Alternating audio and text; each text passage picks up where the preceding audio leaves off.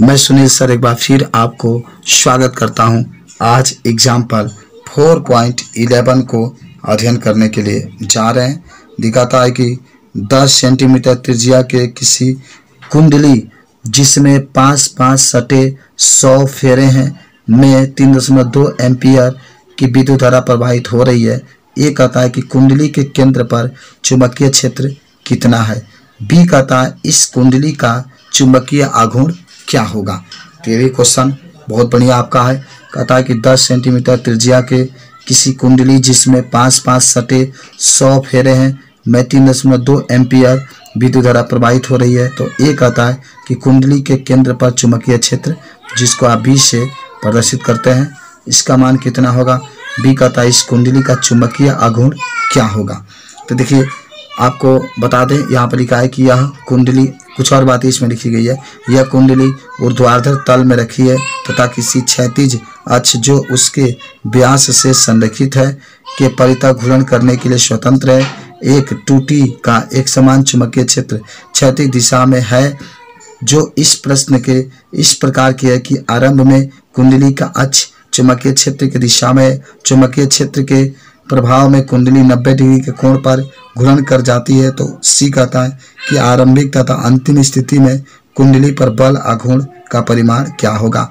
और डी कहता है कि 90 डिग्री पर घूर्णन करने के पश्चात कुंडली द्वारा अर्जित कोणीय चाल कितनी है। और कुंडली का जड़त्व आघूर्ण इसको आई से डिनोट करते हैं 0.1 किलोग्राम प्रति मीटर स्क्वायर है।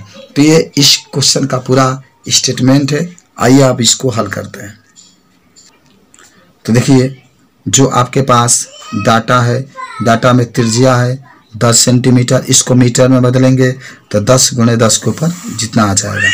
खैर जो आपका ए नंबर पार्ट है उसमें चुंबकीय क्षेत्र बी आपको निकालना है। तो आइए हल करते हैं। देखिए यही आपका वृत्तकार क्या है, कुंडली है। तो आप यहाँ पर लिख सकते हैं वृत्त के केंद्र पर जब चुंबकीय क्षेत्र की कोई बात पूछता है तो आप B बराबर μ0 Ni/2r लिखते हैं। तो जब भी वृत्त के केंद्र पर चुंबकीय क्षेत्र पूछा जाता है तो B बराबर μ0 Ni/2r लिखते हैं। और जहाँ n का मान आप 100 लिख देंगे, I का मान 3.2 एम्पियर है और R का मान 0.1 मीटर है। तो B बराबर 4 पाई × 10 के पावर -7 होता है। इस μ0 का जो मान है 4 पाई × 10 के ऊपर -7, n का मान 100 है तो 10 के, देखिए 100 है ना, तो आप 10 के ऊपर 2 लिख सकते हैं। और जहाँ I है, I का मान 3.2 है, 3.2 लिखेंगे और 2 वैसे ही रखेंगे। और R का मान जो है 10 के ऊपर -1, यहाँ से दशमलव हटाएंगे 10 के ऊपर -1 हो जाएगा। चलिए पाई का मान आप 3.14 रखेंगे और रख करके पूरा जब हल करेंगे तो 4 × 10 के पावर -5 बटा में 10 और बटा में 2 × 10 के ऊपर -1। हालांकि पाई × 3.12 10 का उपयोग करने पर यह 10 आपका आता है। तो इस तरीके से आप लिख सकते हैं 2 × 10 के ऊपर -3 टेस्ला। तो बी का मान आ जाएगा 2 × 10 के ऊपर -3। देखिए एक बार फिर बता दें, इसको जब हल करेंगे पाई का मान 3.14 रख करके तो लगभग 10 आपका आ जाता है। तो पहला पार्ट में चुंबकीय क्षेत्र पूछ रहा था जिसको आपने निकाल दिया। बी बराबर 2 × 10 के ऊपर -3 टेस्ला आपका जो है आंसर निकल करके आ गया। आप इसको बता सकते हैं, ठीक है। तो इस तरीके से ये जो बातें पूछा उसको हम लोग बता सकते हैं।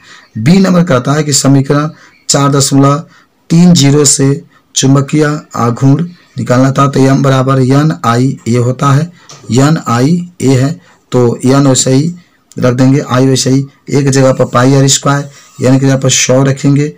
I का मान 3.2, पाई का मान 3.14, R का मान 10 का -2। जब पूरा आप इसको हल करेंगे तो 10 एम्पियर × मीटर स्क्वायर आ जाएगा, ठीक है।